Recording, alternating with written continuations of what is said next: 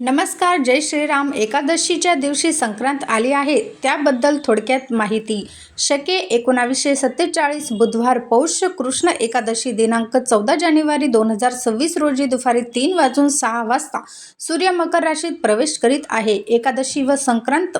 यावर्षी संक्रांत ही एकादशी तिथीला येत असल्यामुळे अनेक जणांच्या मनात संभ्रम निर्माण झाला आहे. स्पष्टीकरण असे आहे की संक्रांत जरी एकादशीच्या दिवशी आलेली असली आणि एकादशीचा उपवास असला तरीही तिळगुळ खाण्यास हरकत नाही. नेहमीप्रमाणे संक्रांतीचा नैवेद्य देवाला दाखवता येईल, कारण देवांना उपवास नसतो. ज्यांना एकादशीचा उपवास आहे त्यांनी देवाला नैवेद्य दाखवून त्या नैवेद्याचा फक्त वास घेऊन प्रसाद ग्रहण केल्यास ते पुण्यकारक ठरते. तसेच संक्रांतीच्या दिवशी श्राद्ध आले असल्यास श्राद्ध हे नेहमीप्रमाणे करता येईल. पिंड हे भाताचेच असावेत.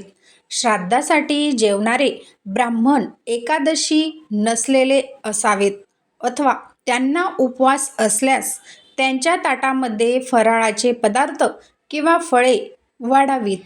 अशा प्रकारे यजमानांनी तेच पदार्थ प्रसाद म्हणून ग्रहण करावेत, असे देखील म्हटले गेलेले आहे. विवाहानंतर पहिली संक्रांत, विवाहानंतर प्रथमच संक्रांत सण येत असेल तर काय करावे?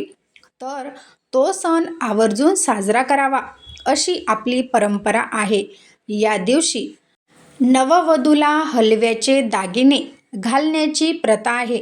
शक्य असल्यास काळी साडी देणे टाळावे, इतर शुभ रंगांची साडी द्यावी. संक्रांत बालवकरणावर असून तिचे वाहन हे वाघ व उपवाहन घोडा आहे. तिने पिवळे वस्त्र परिधान केले असून हातात गदा घेतलेली आहे. कपाळावर केशराचा टिळा आहे. ती वयाने कुमारी बसलेल्या अवस्थेत असून वासासाठी जाईचे फूल धारण केले आहे. अन्न म्हणून ती पायास खीर भक्षण करत आहे. तिची जात सर्प असून भूषणार्थ मोत्यांचे अलंकार धारण केलेले आहेत.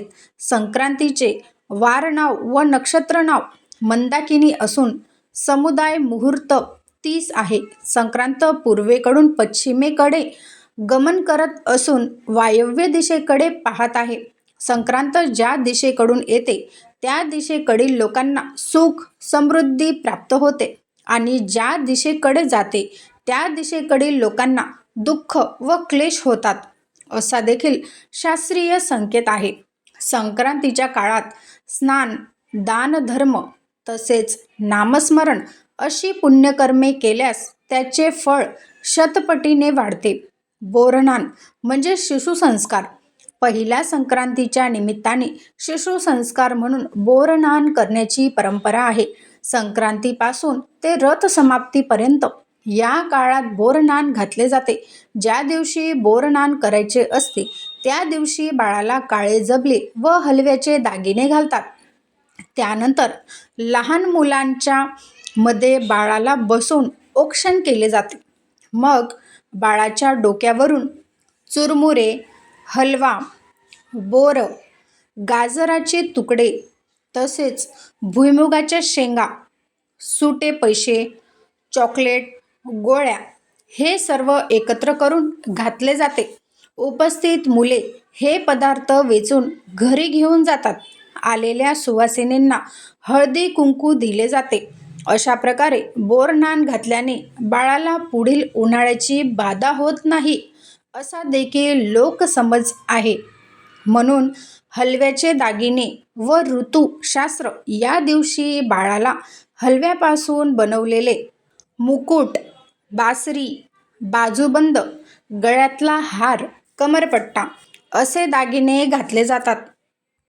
एरवी काळा रंग निषिद्ध मानला जात असला तरी या दिवशी काळे वस्त्र शुभ मानले जाते, कारण थंडीच्या दिवसात हलवा, तीळ, भुईमूग, ऊस, बोर यांसारखे पदार्थ खाल्ल्याने शरीरात उष्णता निर्माण होते व संक्रांतीला सुगड भरणे किंवा बोरनानासाठी या पदार्थांचा उपयोग केला जातो. म्हणून थंडीच्या दिवसात तीळ, भुईमूग, ऊस, बोर यांसारखे पदार्थ खाल्ल्याने शरीरात उष्णता निर्माण होते. यामागे ऋतूनुसार पीक पाण्याचा उपयोग आणि आरोग्य संवर्धनाचा व्यापक विचार दडलेला आहे. सामाजिक व संस्कारात्मक महत्त्व बोरनानाच्या निमित्ताने बाळाला नव्या चवीची ओळख होते आणि नव्या लोकांशी संबंध निर्माण होतात. अनेक घरात मूल 5 वर्षाचे होईपर्यंत बोरनान केले जाते. या निमित्ताने लहान मोठे सर्वजण एकत्र येतात व बाळाचे बोरनान करतात, जे आजच्या धावपळीच्या जीवनात काळाची गरज बनलेली आहे. माहिती कशी वाटली मला कमेंटद्वारे नक्की कळवा. भेटूया अशाच एका नवीन व्हिडिओसोबत. तोपर्यंत श्री स्वामी समर्थ. जय जय स्वामी समर्थ. अशाच नवनवीन माहितींसाठी माझ्या चॅनलला नक्की सबस्क्राईब करा.